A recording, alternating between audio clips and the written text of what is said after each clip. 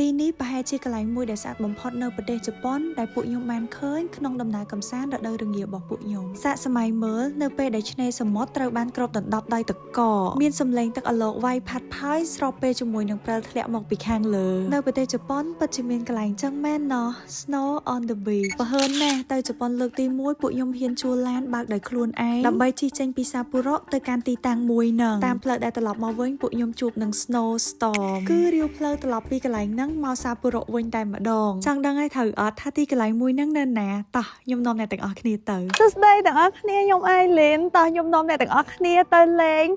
អូតារុមួយខ្ញុំឥឡូវនេះខ្ញុំនៅសាពូរ៉ូគឺធ្លាក់ព្រិលខ្លាំងមែនតើអញ្ចឹងថ្ងៃហ្នឹងគឺយើងនឹងធ្វើការជិះឡានចេញពីសាពូរ៉ូទៅអូតារុតោះទៅទាំងអស់គ្ន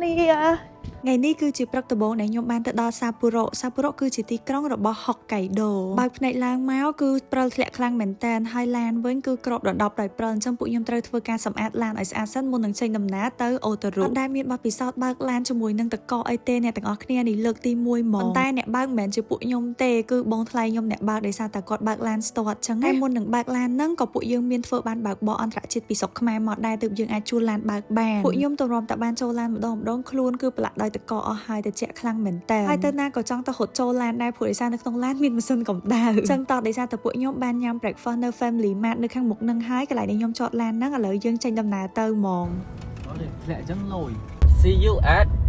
Otaru អូតារុដែលខ្ញុំទៅថ្ងៃហ្នឹងគឺជា city មួយនៅក្នុងហុកកៃដូដែរហើយសម្រាប់ការជិះចេញពីសាពូរ៉ូទៅគឺចំណាយពេលប្រហែលជា1ម៉ោងទៅ1ម៉ោងកន្លះហ្នឹងយ៉ាងយូរបើសិនជាមាន snow ធ្លាក់ខ្លាំងអញ្ចឹងណាដូចឃើញអញ្ចឹងខាងក្រោមសិតតែតកកហើយ snow ធ្លាក់ពីខាងលើទៀតអញ្ចឹងយើងបើកអត់បានលឿនទេតាមពិតទៅអូតារុក៏យើងអាចជិះរថភ្លើងទៅបានដែរហើយបានមើលទេសភាពស្អាតទៀតតែពួកខ្ញុំជ្រើសរើសយកការបើកឡានដោយខ្លួនឯងវិញដោយសារតែវា sell cost ពួកខ្ញុំពេលខ្ញុំដើរលេងនៅក្នុង city អីដែលសំខាន់បំផុតហ្នឹងគឺបទពិសោធន៍ថ្មីដែលពួកយើងទទួលបានហើយវា challenge មែនតើចាក្រោយពីរាវផ្លូវអស់1ម៉ោងជាង2ម៉ោងយើងបានមកដល់ទីតាំងដំបូងរបស់យើងគឺ Asari Station ទាំងអស់គ្នាឥឡូវនេះពួកខ្ញុំតាមផ្លូវទៅអូតារុប៉ុន្តែយើងឈប់នៅ Asari Station Station នេះគឺនៅនឹងមាត់សមុទ្រហ្មងហើយព្រិលធ្លាក់ខ្លាំងណាស់ទាំងអស់គ្នាឥឡូវហ្នឹងក៏ត្រជាក់ខ្លាំងដែរ spot ដែលខ្ញុំកំពុងឈរនេះគឺ spot ដែលល្បីខ្លាំងណាវាល្បីអាពីនេះ feels like what I once saw on a screen I search for a boy on the screen I've never seen someone lit from នេះហើយទីកន្លែងដែលដកជាប់នៅក្នុងចិត្តខ្ញុំបំផុតពេលទៅលេងប្រទេសជប៉ុន Asari Stations Otaru ជាទីតាំងដែលអាចឲ្យយើងមើលឃើញទិដ្ឋភាពសមុទ្រគ្របដណ្ដប់ដោយទឹកកកហើយមានព្រិលធ្លាក់ពីលើស្របជាមួយនឹងមានសលេងទឹកអាឡូកទៀតទាំងអស់គ្នាតាមពិតទៅបើចង់មកនេះណាអ្នកទាំងអស់គ្នាមិនជិះឡានមកដូចខ្ញុំក៏បានដែរកុំឲ្យពិបាកបើកអ្នកទាំងអស់គ្នាអាចជិះរថភ្លើងក៏មកដល់ដែរហើយខ្ញុំឃើញនៅក្នុងរថភ្លើងពេលដែលគេជិះតាមផ្លូវអាចមើលទេសភាពសមុទ្របានទៀតឃើញទេសភាពស្អាតច្រើនអញ្ចឹងណាជួយខ្ញុំថាមកលេងប្រទេសជប៉ុននេះកន្លែងណាដែលខ្ញុំ recommend ឲ្យមកបំផុតគឺនៅ Asari Station Otaru នេះហើយទោះបីជាកន្លែងនឹងអត់ធំប៉ុន្តែជាទស្សនវិជ្ជាមួយដែលយើងកម្របានឃើញមែនតើកន្លែងនឹងអត់ធំទេដូចខ្ញុំប្រាប់អ្នកទាំងអស់គ្នាអញ្ចឹងហើយក៏អត់ទាន់ទៅដល់ទីក្រុង Otaru ហ្មងដែរប៉ុន្តែពួកខ្ញុំចំណាយពេលឡើងចង់4ម៉ោងជាងនៅកន្លែងហ្នឹងទេសភាពមើលអត់ចិនណាយទេហើយនៅហ្នឹងក៏មានកាហ្វេទូចមួយដែលមានឈ្មោះថា Blue House ដោយសារតែខ្ញុំផ្ញើឡានចតនៅហ្នឹងហើយមេឃក៏ត្រជាក់ខ្លាំងដែរអញ្ចឹងអង្គុយក្នុងឡានក៏នៅតែល្ងាមានតែចូលកាហ្វេកំងតែញ៉ាំហើយនិយាយពីទេសភាពពីហាងកាហ្វេនេះវិញអ្នកទាំងអស់គ្នាអើយអស់ទាស់ហ្មងស្អាតខ្លាំងណាស់ខ្ញុំអត់ដឹងនិយាយថាម៉េចហាងកាហ្វេហ្នឹងគឺជាផ្ទះមួយដែលនៅជាប់នឹងមាត់សមុទ្រហ្មងអញ្ចឹងគាត់ design ឲ្យយើងចេញទៅខាងក្រៅបានណាហើយអត់ខំតែខ្ញុំដើរទៅខាងក្រៅគឺខ្ញុំឡើងអូហ្មងមិនបានស្អាតមែនមានអារម្មណ៍ថាដូចខ្លួនឯងកំពុងតែនៅក្នុងយល់សពអញ្ចឹងណាកែវភ្នែកខ្ញុំពេលហ្នឹងពវល់ទៅខាងណាក៏ឃើញទស្សនវិជ្ជាដែលស្អាតដែរជាពិសេសមានសម្លេងទឹកអាឡូកំដរទៀតប៉ុន្តែឃើញចេញមកក្រៅអញ្ចឹងចេញអត់បានយូរទេតាមមួយផ្លែតហ្នឹងរត់ចូលទៅខាងក្នុងវិញឲ្យពលល្ងាណាអញ្ចឹងបន្ទាប់ពីសម្រាប់នៅក្នុងហាងកាហ្វេមកសទូធំខ្ញុំក៏ចេញឡានបន្តពី Asari Station ទៅទីក្រុងគេហ្មងដល់នេះខ្ញុំបានមកដល់អូតារុអីហើយចង់និយាយពីរឿងចតឡានតិចដល់នេះចំណតឡាននេះថ្លៃថ្លៃហ្មងបើយើងចតដល់ផ្លែតដូច1ម៉ោង2ម៉ោងអីចឹងអស់លុយច្រើនណាស់តែបើថាចង់ចំណេញហ្មងចតមួយយប់ហ្មង11 12ម៉ោងអីចឹងគេមានជាលុយគេជាកញ្ចប់ចឹងរៀងចំណេញជាងតែបើថាចតផ្លែតចុះថតរូបឲ្យមកវិញអីហ្នឹង10រៀល3រៀលអីចឹងហ្មងយើងអ្នកនៅស្រុកក្តៅយើងអត់ដែរឃើញព្រិលពេលយើងឃើញព្រិលយើងសប្បាយចិត្តតែអ្នកគេនៅនេះមើលទៅគេពិបាកណាហត់ហ្នឹងត្រូវកាយរហូតព្រិលនឹងកាយតលាក់ឲ្យមុននឹងចេញពីផ្ទះពិបាកតាំងពីការស្លៀកពាក់ឡានដូចខ្ញុំនេះចូលបន្ទប់ទឹកបាត់ជើងតូចអីទាំងអស់គ្នាខ្ញុំដោះដឹងប្រហែលលានជាន់ទៅបាននោមចង់ឲ្យថាចូលអាតូចឯស្មានពេលវេលាចំណាយស្មើអាធំយល់អត់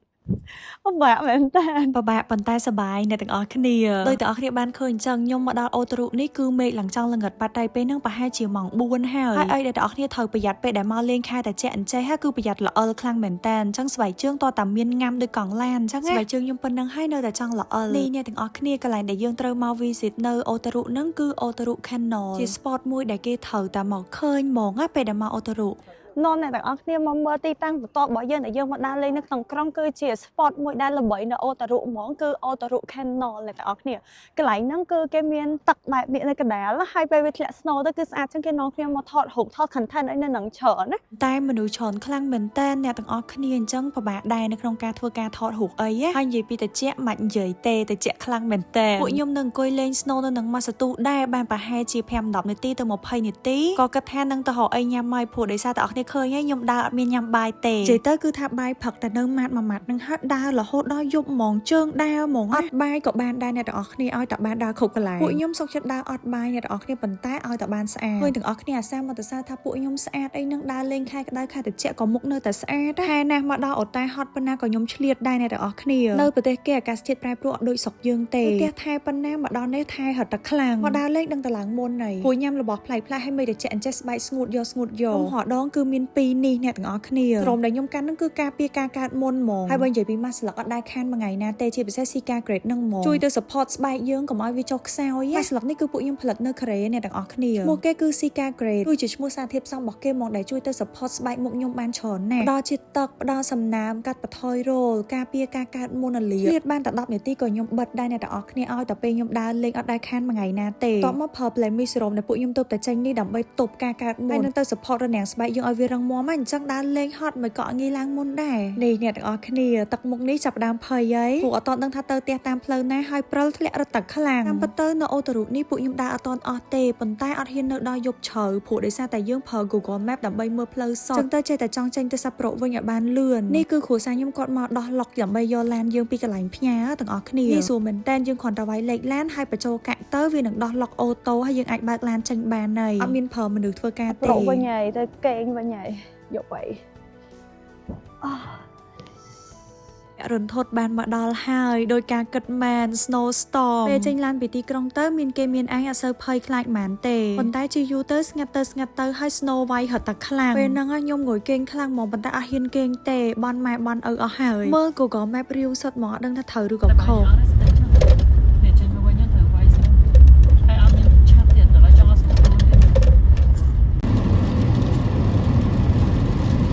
លេង snow វិញវាយលើកញ្ចក់ឡានឡើងដូចសលេងទឹកភ្លៀងចឹងទំហំតាមមកដល់សាពរៈនេះអ្នកទាំងអស់គ្នាខ្ញុំភ័យមិនស្ទើរតែមកដល់សាពរៈក៏នៅតែ snow storm ដែរអ្នកទាំងអស់គ្នា snow ធ្លាក់ខ្លាំងមែនតែនហ្មងតែយើងអត់អាចឈរនៅខាងក្រៅបានទេពួកខ្ញុំក៏បាននាំគ្នាចូលទៅជ្រកនៅក្នុង mall ដែលអត់ទាន់ទៅផ្ទះទេមានណាចូលទៅ mall បានមួយផ្លែតគេដេញចេញមកវិញដោយសារតែយប់ជ្រៅហើយដល់ម៉ោងបិទ mall អ្នកទាំងអស់គ្នាឃើញមនុស្សអត់នឹងពួកគាត់ក៏មកជ្រកដូចតែខ្ញុំដែរនឹងចេញពីហ្នឹងក៏ទៅណាអត់កើតដែរអ្នកទាំងអស់គ្នាដោយសារ snow storm ហ្នឹងខ្លាំងមែនតែនអញ្ចឹងពួកខ្ញុំក៏បានត្រឡប់ទៅអូតែលវិញដោយសុវត្ថិភាពអរគុណអ្នកទាំងអស់គ្នាដែលបានតាមដាន vlog មួយនេះជួបមួយខ្ញុំ Aileen នៅវីដេអូក្រោយបាយបាយ